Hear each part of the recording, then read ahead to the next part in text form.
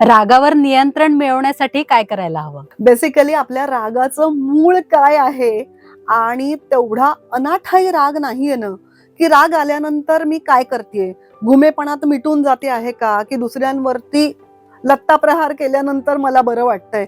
हे जरा आपण समजून घ्यायला हवं. स्वतःला कळत नसेल तर इतरांनी सांगून दाखवून द्यायला हवं, की तुझं बोलणं खूप त्रासदायक आहे, तुझी फेकाफेक चुकीची आहे. राग आल्यानंतर तू मिटून जाशील आणि सगळं सोडून बसशील.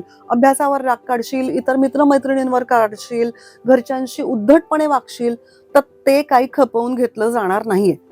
तर नियंत्रण ठेवायचं म्हणजे काय? तर समजून घ्यायचं. आता बऱ्याच जणांना अँगर इश्यूज असतात.